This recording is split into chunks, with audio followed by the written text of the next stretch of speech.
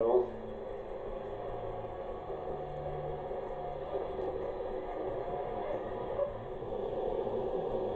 l'ascension également est technique, hein, beaucoup de courbes, comme dans la descente tout à l'heure, et parfois ça freine le coureur. Hein. Évidemment, je vais ralentir avant le virage.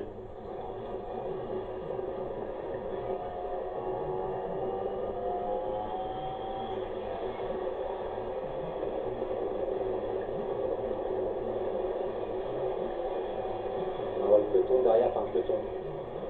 Un petit peloton, mais ils sont encore nombreux à quelques secondes derrière ces 4 coureurs.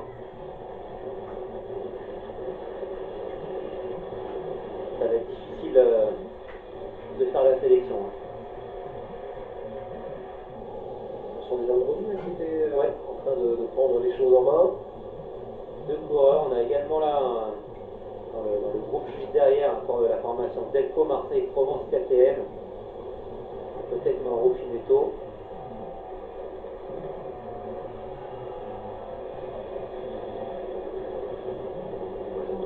Francesco Gavazzi.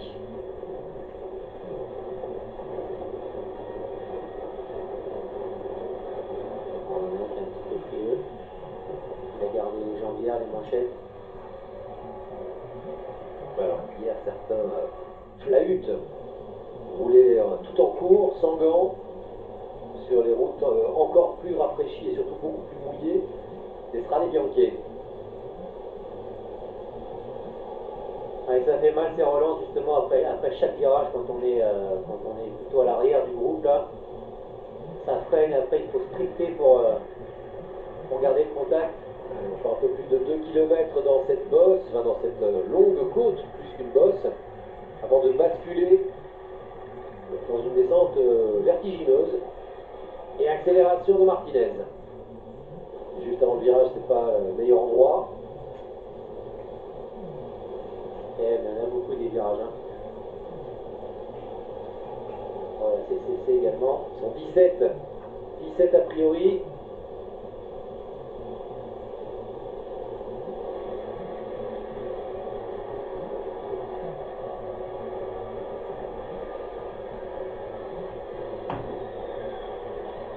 Voilà, encore de Nico qui était déjà bien placé tout à l'heure.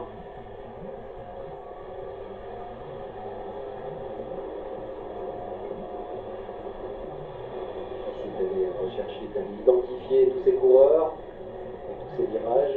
On va bientôt, hein, on l'a vu tout à l'heure, basculer avec cette épingle à gauche.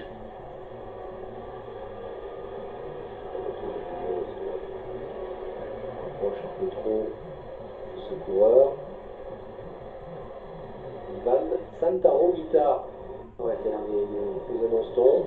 un des meilleurs coureurs de chez Nico. Après, c'était pas évident d'être sûr à 100% que ce soit lui.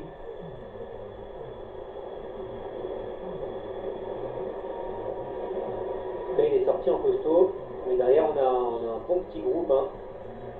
Il n'y a pas eu une énorme sélection dans cette ascension. Et derrière, il y a au moins pratiquement 30 coureurs.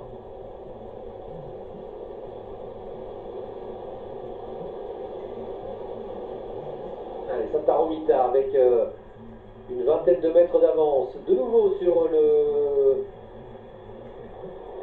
champion de Lettonie. Très actif, hein, l'un des plus forts dans cette ascension. Il est sollicité là, personne ne vient trop le. Même Majka ne le relaie pas.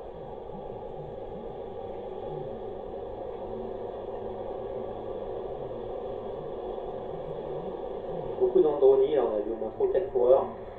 Oui, toutes ces accélérations suivies de moments de. Ah ouais, derrière. Permettent de voir le peloton se regrouper quelque peu. Exactement, avec des coureurs un peu en difficulté mais qui peuvent s'accrocher. Des coureurs rapides. Accélération de Majka cette fois-ci. Allez, le Polonais qui a relayé Santaromita. Visiblement un Androni en 3e position. Un Bahreïn derrière ressorti en contre.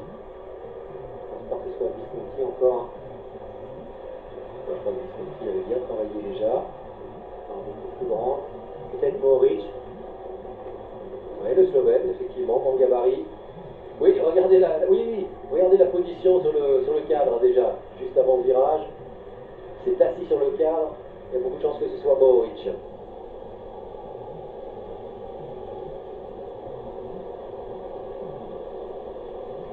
Allez, pour le moment, il n'y a pas d'écart par les trois hommes de tête. Le Dossard, effectivement, le 53, c'est bien Matej Mohoric, le Slovène, vous aviez raison.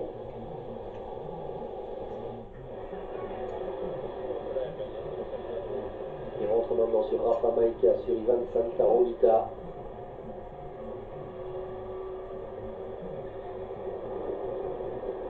Il semble avoir vu le numéro 77, c'est ça. Ah ben voilà, Sosa Cuervo de Chandroni.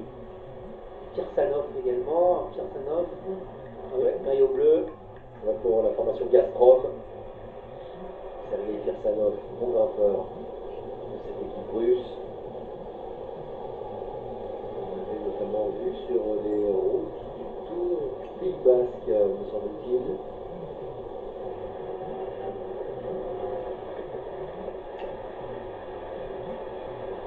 Ouais, c'est bien Mohoric. Dans son style donc caractéristique, on en parlait tout à l'heure.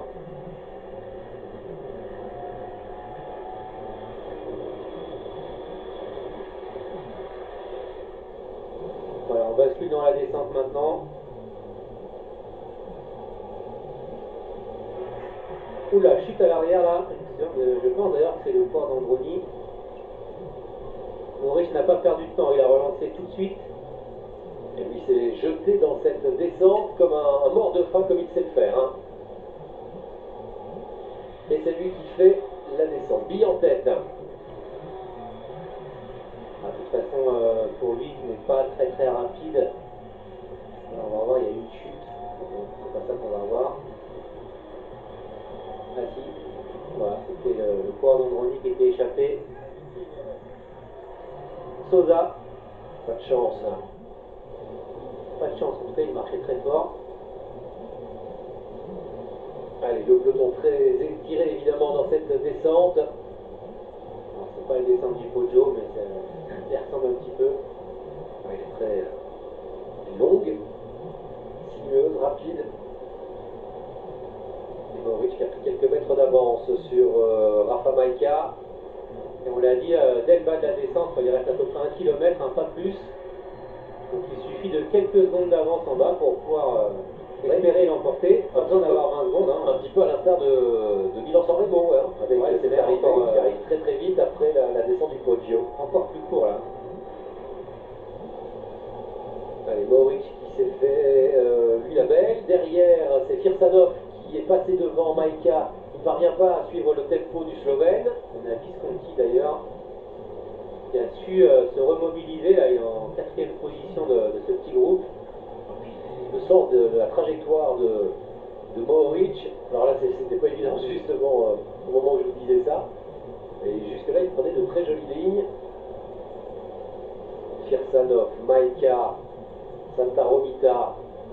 On a un autre Bahreïn Merida, est-ce que ce serait encore Visconti? Ouais, c'est Visconti. Comme le gabarit. Pas les coureurs, hein, c'est la 4e fois qu'ils passent ici, donc ils connaissent maintenant. Voilà, ils connaissent, pas trop de surprises.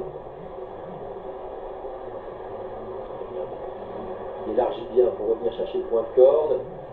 Ah, c'est le sens de la trajectoire. Oh, attention, la moto qui est passée très près de Mohoric, évidemment, qui lui cherche le point, enfin, la trajectoire la plus rectiligne.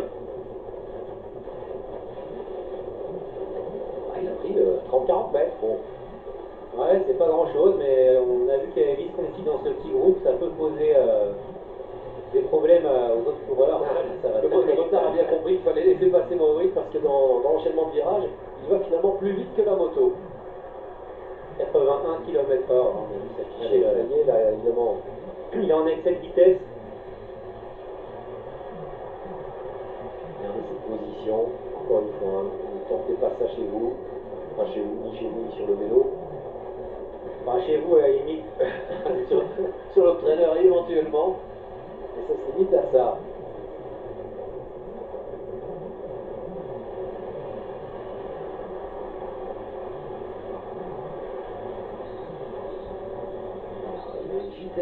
démarrage. Ah, il va vraiment très très vite. Hein. Il n'y a pas que la position, il y a aussi évidemment une bonne trajectoire. Ouais. Alors, vous savez que certains des meilleurs descendeurs, et notamment Vincenzo Nibali, adorent le sport automobile et que le sport automobile et le cyclisme ont cette particularité évidemment d'avoir un besoin, une bonne lecture de la trajectoire, comme les skieurs. Voilà. Toutes ces disciplines, on a besoin d'avoir le sens de la trajectoire.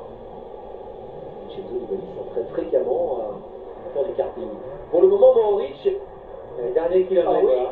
il semble bien parti. Et là, il nous fait Chris Froome qui pédale dans la position. Attention derrière, qui est ressorti? Santaromita? Non, c'est plus Santaromita. Canola. Canola, Marco Canola, qui semble revenir maintenant sur Matej Mohoric. Ah ouais, mais là, ça va très vite arriver, il va falloir les boucher les... Ah oui, là, il est à 10-15 quoi? Il est mètres. à 20 mètres, 30 mètres à tout casser. Il va reprendre le Slovène. Marco Canola. Je sais pas si Mohoric a vu que derrière il avait un coureur aussi près.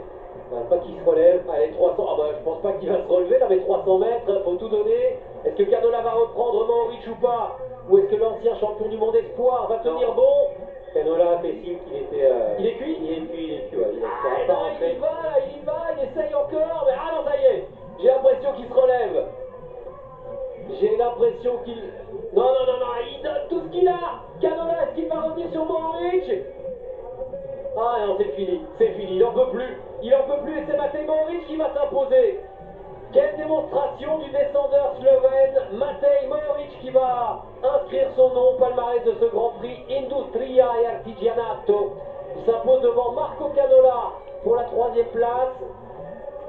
Et on a Ballerini hein, qui a su Encore s'accrocher. Ouais, il a su s'accrocher. Il me semble avoir vu un maillot de l'équipe Veranda Williams Crélan.